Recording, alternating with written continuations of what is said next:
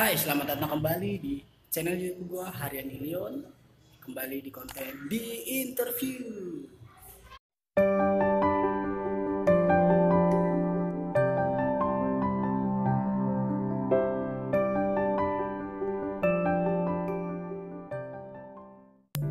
Hai teman-teman, sekarang gua udah bersama Yosi. Halo, Kak Yusia. Ya, mungkin teman-teman udah tahu seperti judulnya. Gue mau nanya-nanya nih, karena menurut gua mungkin ada pesan yang bisa diambil, atau teman-teman yang mengalami hal yang serupa ya bisa juga bangkit sama seperti yang Yosi alamin. Kita langsung aja ya. Yosi lahir tahun berapa sih? 2003. 2003. Berarti sekarang 17. 17 tahun. 17 tahun. Maaf ya kalau ada suara ketuk-ketuk, ada suara gergaji. karena nggak tahu. Tiba-tiba di depan rumah ada yang orang lukang-lukang. Ya lu dengerin aja lah ya, selagi bisa lu dengerin. Berarti umur sekarang 17 atau masih 16? Udah 17. Udah 17 ya.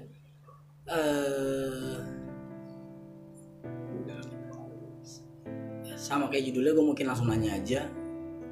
Kapan awal sadar kalau udah nggak punya bapak? Udah lama banget sih kan, waktu itu kan juga kan udah ditinggal bapak kan dari masih di kandungan.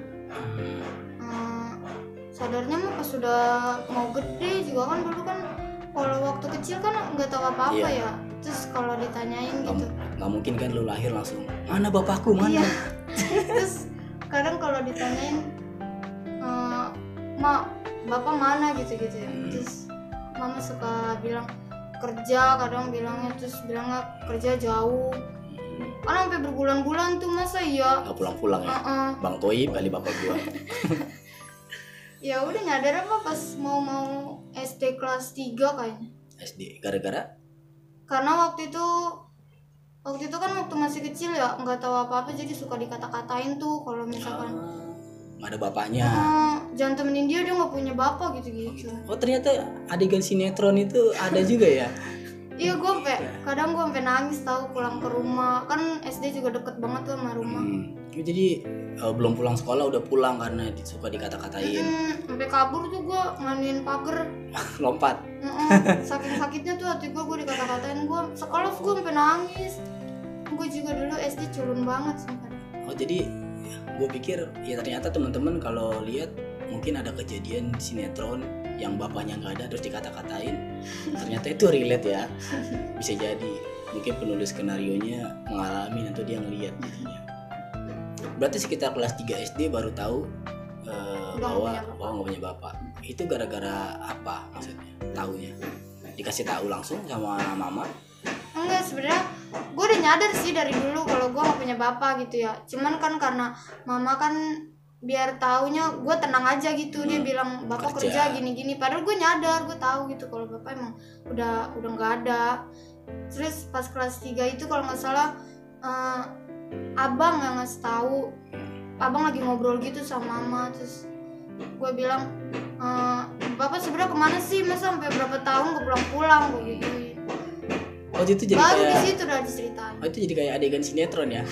abang lagi ngobrol sama mama, lu dengar, terus lu jawab, terus lu ngomong, sebenarnya apa yang kalian sembunyikan? Enggak gitu juga. Kirain akhirnya lu tahu. Jadi karena obrolan itu akhirnya lu tahu dan lu nanya. Terus apa yang lu rasain pas lu tahu bahwa bapak lu udah gak ada? Sakit banget lah. Ya walaupun gue udah tahu ya bapak udah nggak ada, tapi langsung dari mulut mereka gitu. Kayak ya ampun parah banget. Satu kali aja gue nggak pernah lihat gitu muka bapak gue kayak gimana.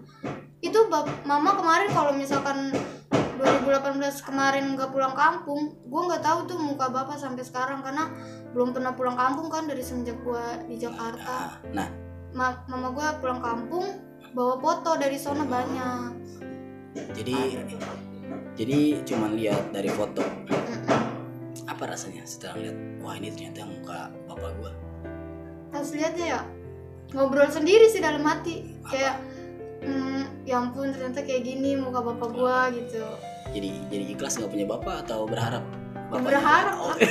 Berharap banget. kirain pas ngeliat muka bapak, oh ya udah nggak apa-apa. Enggak lah, Oh, enggak. kan pengen banget kali punya bapak. Jadi pas ngeliat foto bapak kayak gimana? Mirip gua atau kayaknya enggak deh gitu? Enggak, emang bener, emang gak mirip gua tau. Oh, enggak. Mirip lebih ke abang. Lebih ke abang. Terus jadi lu masih mikir lu anak bapak? Bapak dong, ya ampun. Iya, nah jadi kan udah beranjak dewasa ya, kelas 3 SD umur berapa sih kira-kira? 9 ya? Mm-mm. Sekitar 9 udah tahu kalau udah nggak punya bapak. Kan kamu nggak punya bapak dari lahir ya, dari sebelum masih di kandungan bahkan ya. Mm-mm. 9 tahun ke 17 berarti sekitar 8 tahun. Nah 8 tahun penerimaannya gimana setelah udah tahu dan sampai sekarang gitu, wah gue nggak punya bapak? Gimana ya, kayak ya ngejalanin aja yang mau diapain gitu kan. Bersyukur aja sih, gue bersyukur masih ada mama gue tuh. Mama gue juga kan, gue ngerasa mama gue sih hebat banget dari dulu gitu. Iya. Gedein gue sama abang gue dari kecil, nggak ada yang bantuin gitu. Selisih sama abang berapa tahun sih?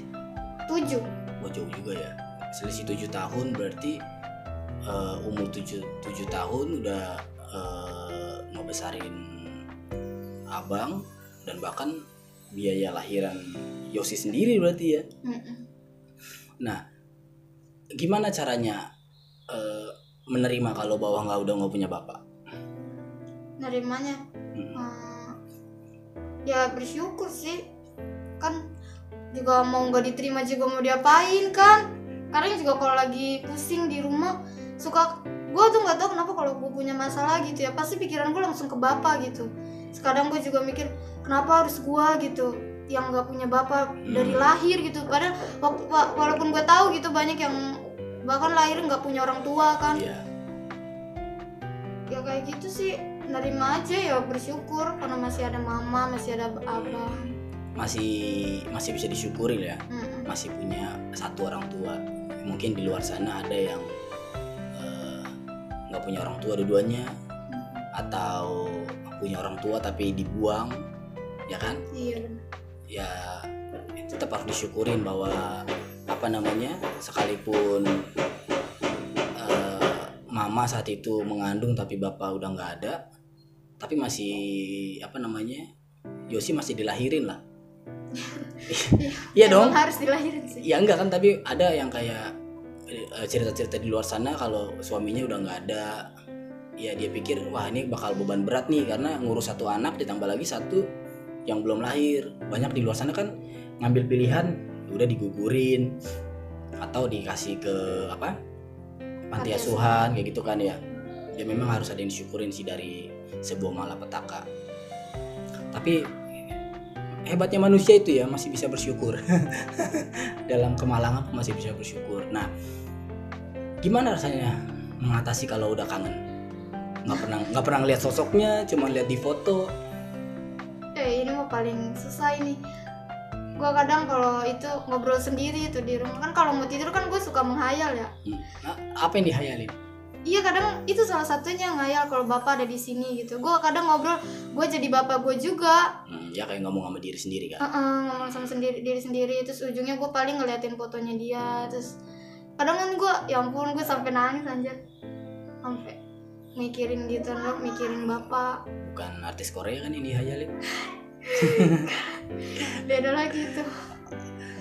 Jadi kalau kangen cuma ngeliat foto gitu ya, nggak pernah lihat gitu. Berdoa sih, doain dia. Pernah nggak abang cerita gitu kalau bapak tuh kayak gini? Dia kan udah lumayan lah, umur 7 tahun kan. Pernah Enggak, cerita? dia juga waktu itu ditanya sama mama, dia udah nggak inget muka bapak kayak gimana. Dia juga kan ditinggal sama bapak masih kecil juga. Umur berapa? Umur 5 tahun kali. Oh gitu. Oh jadi sekitar umur 5 tahun, berarti 2 tahun abang nggak ketemu bapak juga. Oh gitu. Jadi dia juga nggak inget banget ya? Enggak, udah nggak inget. Mama nggak pernah cerita kalau bapak tuh kayak gimana, atau mungkin lagi bercanda di rumah? Cerita cerita kalau bapak tuh kayak kadang mama juga bilang kalau kamu kangen sama bapak lihat aja muka abang gitu, muka abang yang sekarang mirip banget sama bapak dulu katanya.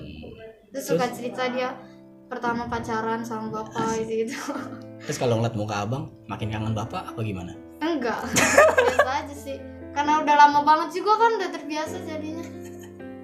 Nah, gimana ngatasin rasa iri? Nah itu tuh waktu itu gue pernah tuh sampai gue kesel banget tuh di sekolah ya. Kecil apa udah gede?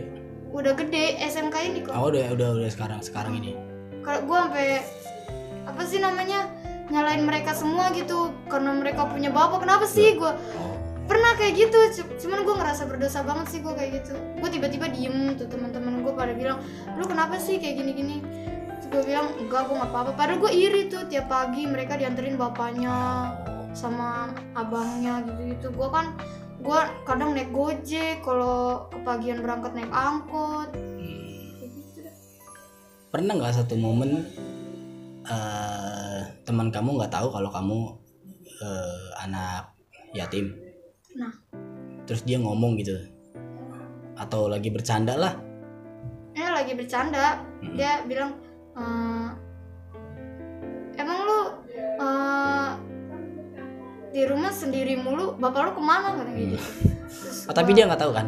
Enggak, di situ dia nggak tahu. Terus gue bilang bapak gue udah nggak ada, gue gitu.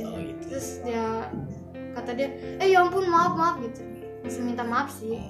Jadi lu nggak pernah digombalin bapak lu ya? Enggak. Maksudnya bukan maksudnya kan ada tuh gombal-gombalan, bapak kamu tukang beca ya?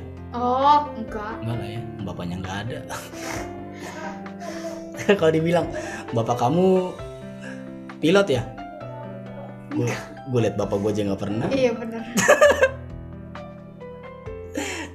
Nah kalau ngobrolin soal bapak, nah kan nggak pernah lihat sosok bapak ya. Kalau iri pasti iri ya. Kalau kangen ya cuma bila istilah puji Tuhan ada fotonya gitu. Untungnya lu lahir tahun 2003 sih. Kenapa? Ya minimal orang udah megang foto kamera gitu maksudnya. Iya.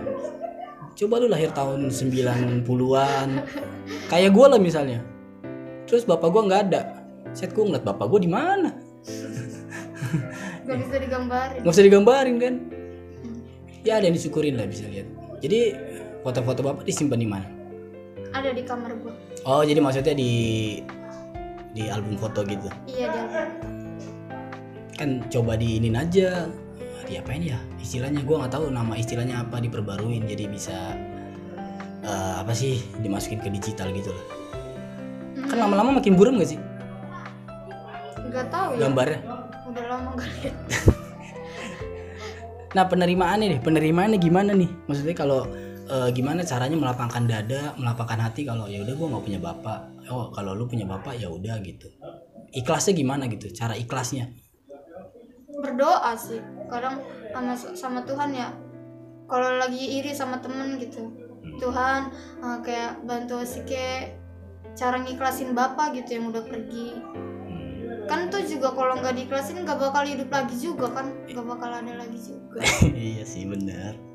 Jadi kalau teman-teman ada yang ngerasa sama, mungkin saat lahir nggak pernah lihat bapaknya, atau minimal kalian udah besar tapi kemudian orang tuanya meninggal, ya mungkin ada yang pesan yang bisa dipelajarin kalau ya udah ikhlas aja gitu kalau memang udah pergi ya kan. Nggak usah ditangisin berlebihan lah. Iya benar. Karena kalau ditangisin berlebihan juga nggak bakal hidup lagi, nggak bakal datang ke rumah lagi kan. Kalau datang ke rumah juga serem juga kan. Jadi ya bawa dalam doa, bersyukur ya, sama ikhlas ya. Iya. Bersyukur sih yang lumayan susah ya. Karena di sisi lain pasti bakal ada iri kan. Iya. Kayak gitu. Tapi luar biasa sih kalau Yosi bisa bersyukur dalam keadaan ini. Ya mungkin kadang ada perbandingan yang bikin kita bersyukur kan ya. Mungkin kayak kita masih bisa makan, ada orang lain yang nggak bisa makan gitu kan ya. Ya bersyukur kalau di sini kayak tadi di awal kita bilang, bersyukur kalau orang tua meninggal satu tapi masih ada ibu. Di sisi lain banyak ada anak-anak yang nggak punya dua-duanya orang tua gitu. Bahkan ada yang punya kedua orang tua tapi dibuang gitu kan ya. Kalau kita dengar berita gitu, anak bayi dalam kardus ditaruh di panti asuhan, ditaruh di rumah orang kaya kayak gitu-gitu. Jadi kayak sinetron memang. Berarti ada 3 itu ya, berdoa, bawa selalu dalam doa, bersyukur, yang ketiga ikhlasin, karena nggak bakal bangkit juga. Kalau bangkit datang ke rumah juga kita yang shock. Ya kalau ngeliat Yosi ketawa ya berarti udah menerima lah, nggak takut. Tadi gue pikir wah bakal nangis nih. Gue kenapa nanya ini, gue nggak tahu, tiba-tiba pengen bikin ini karena gue kepikiran aja. Lagi ngobrol sama orang, tiba-tiba kepikiran kalau apa ya rasanya nggak punya orang tua, nggak ngelihat salah satu orang tua kita dari lahir gitu. Gue nggak ketemu mama gue berapa ya, ada kali 9 tahun. Mama juga 9 tahun gue belum lihat, belum balik ke kampung, belum lihat orang tua gue, mama terutama. Tapi kan puji Tuhannya kan ada video call. Iya. Kalau zaman sekarang kan masih ada video call, jadi masih bisa lah ngeliat wajah fisiknya asli gitu. Nah, kalau udah meninggal kan kita nggak bisa video call, kita nggak bisa ngobrol, nggak bisa lihat lagi, nggak bisa ngobrol lagi gitu. Ada yang mau disampaikan nggak buat teman-teman yang mungkin punya pengalaman yang sama? Kalau misalkan ngalamin hal yang sama gue ya. Tapi di sisi lain dia masih kayak, kenapa sih gue nggak punya bapak kayak tadi lah, kayak Yosi. Iya, gue juga kan pernah ngalamin kayak gitu. Ya nanti kalau ya siapa tahu dia masih ini ya, masih kayak remaja-remaja kayak gue kan masih nggak bisa nerima keadaan gitu. Ya deketin diri aja sama Tuhan gitu. Ntar juga kan lu ngerti sendiri keadaan lu kan, nggak mungkin lu nyalahin keadaan terus. Iya betul. Ya bersyukur aja, berdoa gitu. Kalau ada waktu ya sempetin baca firman Tuhan. Siap. Oke teman-teman, mungkin ada pesan yang bisa diambil dari interview kali ini. Sehat-sehat selalu buat teman-teman di luar sana. Sayangi orang tua kalian sebelum mereka pergi. Gue baca buku, di bukunya Kick Andy. Dia bilang apa ya, gue lupa. Pokoknya kayak kurang lebih kayak gini. Sayangi orang tua kalian selagi masih ada. Karena kalau udah meninggal, satu truk juga bunga yang kalian kasih di kuburan mereka itu nggak ada artinya. Nangis-nangis sampai kalian guling-guling di makam orang tua kalian juga nggak ada artinya gitu. Jadi sayangi mereka selagi masih ada di dunia ini. Jaga mereka terus selagi kalian masih bisa jaga mereka. Itu aja interview kali ini. Dadah. Makasih Yosi.